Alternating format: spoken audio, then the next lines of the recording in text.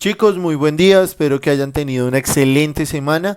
Vamos a empezar a trabajar en esta sesión lo que nos corresponde al cristianismo. Ya hemos abordado un poco los movimientos protestantes de la modernidad. Vamos a irnos un poco hacia esas divergencias que han aparecido en cuanto al cristianismo y analizar cómo el cristianismo se propone para el futuro en el cual o el momento histórico en el que nos encontramos. ¿Listo?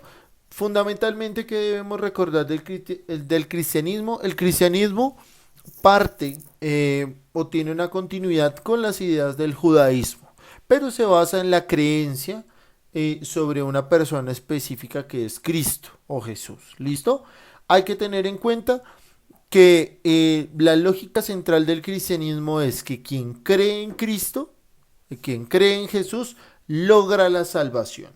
Pero en ese camino se han generado una serie de interpretaciones que están condicionadas por los momentos históricos, por las regiones del mundo, por diferentes motivos, se ha ido diversificando ese mensaje, construyendo pues una diversidad bastante amplia de lo que es el cristianismo como tal.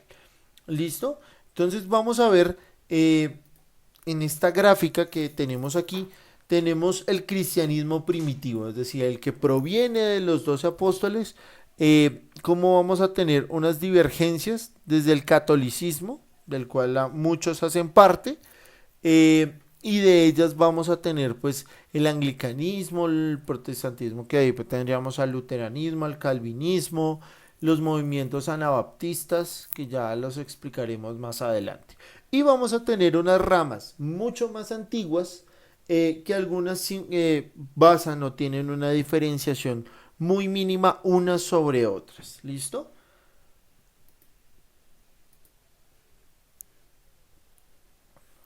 Vamos a empezar con el cristianismo primitivo. Ese cristianismo primitivo era esa creencia que provino de los 12 apóstoles de Jesús. ¿Listo?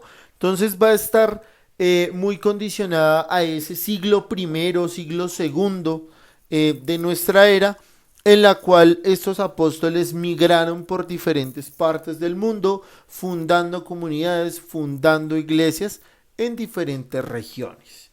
¿Listo? Esa es la base fundamental en la cual pues viene el mensaje cristiano. Vamos a poner o vamos a conocer ahora el nestorianismo. El nestorianismo se plantea una pregunta o hace un debate diciendo que en este caso Jesús son dos personas y a la vez es una. Es decir, en un punto de la historia existió el Jesús humano, el hombre, el carpintero, el que vivía en Nazaret, el que tenía una familia, y que este hombre fue invadido por la esencia divina, es decir, que el Jesús deidad entra en el cuerpo de ese hombre, se apodera de ese cuerpo y empieza un proceso de profetización y un proceso mesiánico en el cual pues obviamente conviven de alguna manera ese Jesús que existió y ese Jesús deidad. ¿Listo? Esta idea pues fue rechazada por varios líderes de la iglesia hace varios siglos y digamos que es una idea que ha sido debatida pero aún es vigente en algunas regiones de Medio Oriente. ¿Listo? Vamos a tener ahora el monofisismo. El monofisismo hace referencia a que Cristo como tal es uno solo, es decir, que tiene dos naturalezas, es decir, hay un Dios, hay un Cristo humano y un Cristo deidad, pero los dos están dentro de un mismo cuerpo y que eventualmente, con el paso de la vida de Jesús, ese Jesús humano fue desapareciendo, absorbido por la divinidad y finalmente es esa divinidad la que asciende.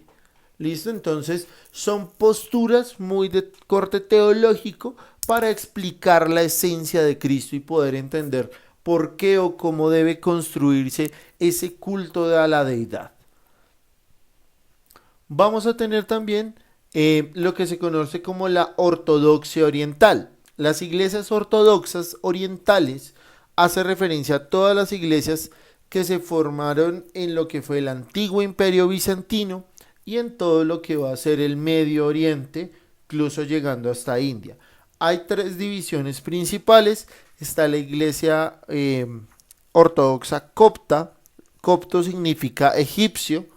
¿Listo? Entonces está la iglesia copta, la iglesia de Eritrea y la iglesia de Etiopía.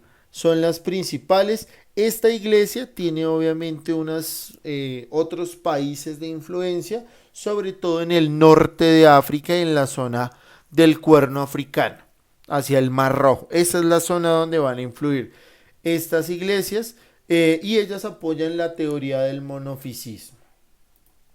Vamos a tener la tradición siriaca, que son la iglesia de Siria, de la región del Medio Oriente, de Siria, lo que fue Irak, lo que fue Pakistán, y la iglesia ortodoxa sirio-malankara, esa queda en India, porque se dice que el apóstol desciende de misioneros que hicieron peregrinaje en una zona de India y siempre ha dependido de las iglesias de Europa Central, perdón, de Asia Central, como lo son la iglesia de Persia, después fue la iglesia siria, después la iglesia armenia también.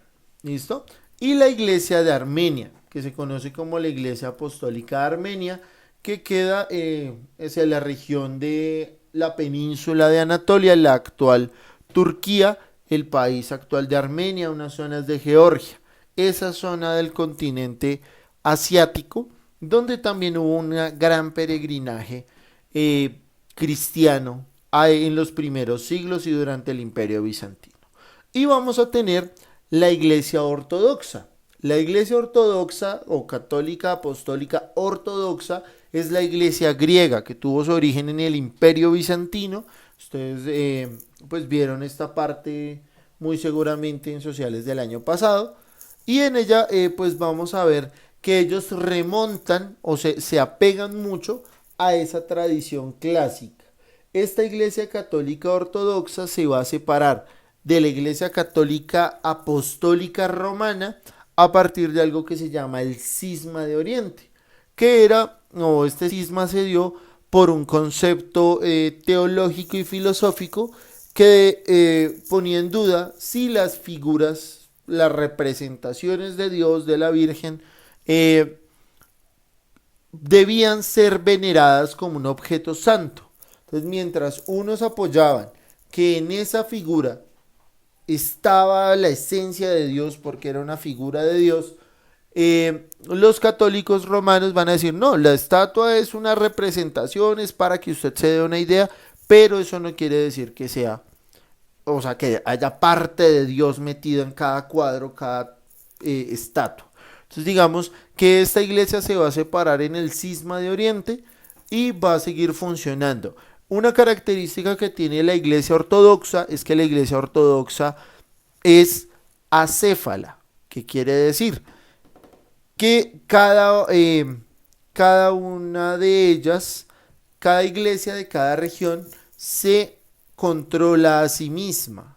No dependen, por ejemplo, como la católica romana, que depende del Papa, sino que cada iglesia se gobierna a sí misma, tiene su propio dirigente, se organiza y se estructura de manera adecuada, pero todas las iglesias que pertenecen a esta denominación católica, pues se ponen en común para ciertos acuerdos de corte religioso.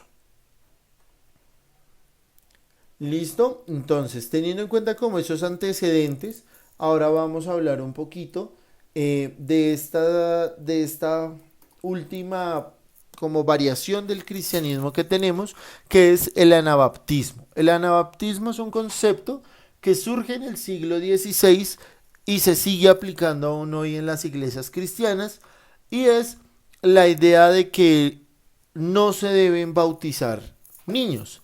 ¿Por qué? Porque el bautismo es la aceptación de Cristo.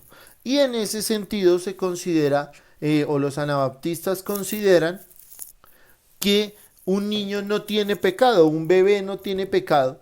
Entonces, no tiene sentido digamos que la imposición de Dios. Que si esa persona, siendo adulta, siendo educada en la fe, desea bautizarse y convertirse a esa religión de una manera, digámoslo, formal, pues debe hacer ya un poco más adulto su proceso de bautismo, que el bautismo debe ser un proceso pues de aceptación.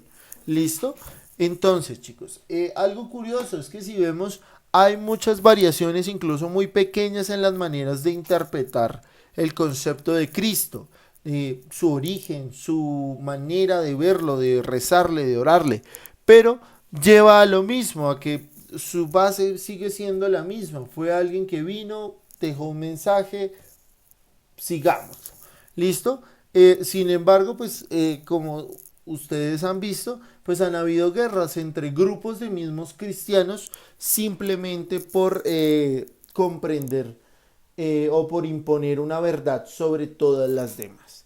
¿Listo? ¿Qué nos puede dejar esta actividad, chicos? Un análisis muy importante frente al papel de esta corriente religiosa hacia el siglo XXI. ¿Qué pueden aprender y aplicar? Cuestionarse si este tipo de ideologías religiosas son acordes al siglo XXI y a los retos que genera el siglo XXI en la construcción de un ser humano superior a la normalidad en términos espirituales y morales. Si la moral que hemos venido reproduciendo desde hace varios siglos responde a las necesidades de la modernidad, o por el contrario es una moral que se quedó en el pasado y necesita ser reestructurada. Espero que tengan una buena semana, chicos, que estén muy bien.